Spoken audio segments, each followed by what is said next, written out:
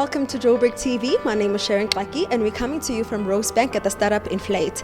It is a platform that aims to elevate upcoming entrepreneurs, not only with knowledge, but also to boost them with resources as to how to start their business. So the Startup Inflate is an initiative that we have partnered with Allen Gray on. So what we do with this initiative is that we gather startup entrepreneurs with influential business people to just share some business knowledge. But what we actually want to do with this platform is that we want to grow it into a platform that actually provides startup entrepreneurs not only with information, but with resources to scale up. I had initially indicated that today we did not arrange to have any of the speakers to have a conversation about some of the entrepreneurial issues that we always raise, but it's more about us, how we can derive value out of the community that is here. So that's why we are here to network, we are here to extract some value out of one another. And then I think I just need to prefix this, just to put a context to it, because we are now going to be getting into the network. When it comes to investing and investments, I don't think, it's my opinion, but I don't think there's anything that you can call a totally riskless investment. Okay? So that's your starting point. Even if you decide to put money at the bank, right, in a savings account, it's not completely risk-free. There is still an element of risk. There always is an opportunity that the bank could close down. The point I'm trying to make is, you know you're going to make a return that's above inflation. You know that.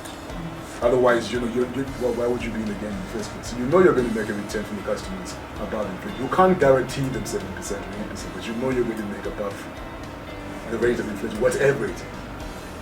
Okay, so why wouldn't you be able to say, go to the stocks for industry, for instance? There's people sitting with billions of rands in their pockets, and they keep it in their pockets. I was reading an article the other day that said that 44% of all the Stockfield capital is unbanked. Yeah. We're talking 50 billion rand worth.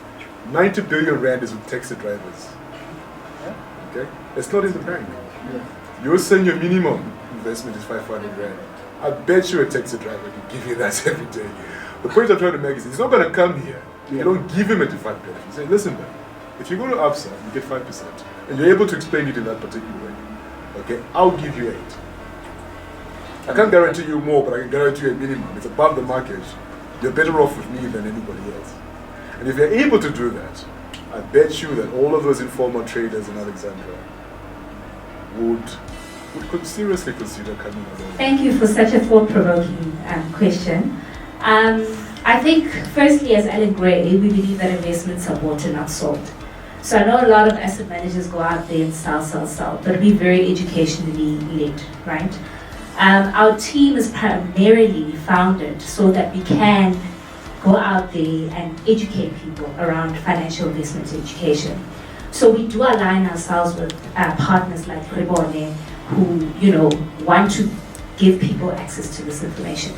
So to answer your question, we do go out there. We go to Soweto. We go to so many other places. If someone is hosting a stockful at their houses, we come with our projectors, with our screens, and we educate. It's my first time to the event.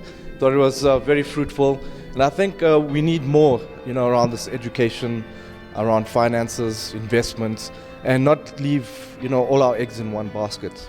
And I think the knowledge and the experience from people who are in the industry to give us these type of things. As an entrepreneur, my game is that I don't want to, just sit with one income. I want multiple sources of income. So if one thing fails, I have something else to rely on, and the economy is not doing well. I run a software development company. If you don't understand what that is, it's like what we do is we develop software for enterprises, individuals, entrepreneurs, anybody that wants to go digital with their company. We do anything from front-end interface to back-end. So front-end would be like your websites, your mobile applications, what your clients see on the front end. But we also do back-end, which is the engine that drives what people see on the front end. I was invited by my sister to this event. I didn't have any expectations, but I was actually just looking forward to networking with other entrepreneurs. I found it very interesting. I found that a lot of the entrepreneurs here are sort of like similarly minded. I enjoyed the talk by Alan Gray.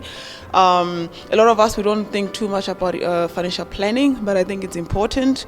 It doesn't matter what you put away, whatever it is you put away is, over time it accumulates, and you always get, interest on the interest. So I am a believer in having financial planning for your life. So I'm glad I came.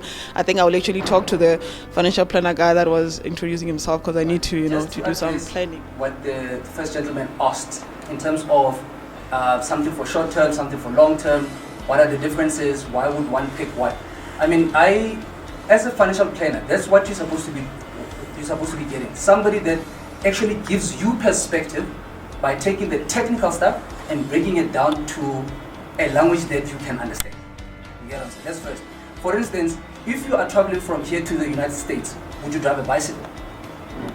No. But if you are basically going to travel from here to Bramley, are you going to fly a plane? No. So every objective has got a perfect vehicle for itself. So firstly, you need to understand what your objective is, the time that you have to actually reach your objective. Then that will help you basically filter down and reduce all of these many vehicles that are available to what it is that you exactly need. I believe that any entrepreneur is basically looking for a client, and selling comes in different techniques. So a particular session like this, which is a networking session, really comes off very valuable, especially if you're in a business like myself, like you were asking. As a financial planner, how does it work for me? I mean, it's a person-to-person type of relationship, or even servicing a business, because I have to understand what the business needs are and be able to basically help them achieve their objectives. It's all in having the ability to present your case and say, look, I have something to offer, and if you're looking for service here. And there you have it, guys. We've come to the end of the session. It was very, very educational. If you're an upcoming entrepreneur and you're planning on starting your own business, this was the right place to be. Do follow us on our social media platform. Until next time, bye.